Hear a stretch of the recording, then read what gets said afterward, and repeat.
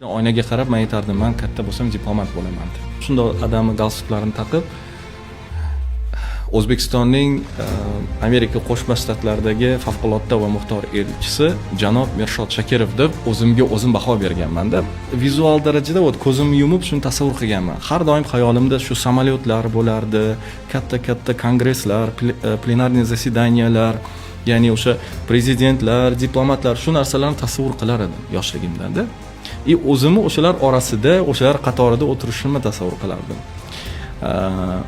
Endi bu bitta tasavvurni kuchi emas, ya'ni u tasavvur qilasiz, yoshligingizdagi o'sha bolaligingizdagi orzuyingizda bu va bu bolaligingizdagi orzuni o'zi sizga hayotda to'g'ri yo'lni tanlashga qaysidir ma'noda yordam berar ekan va maqsad qo'yishga ham yordam berar ekanda bu narsa.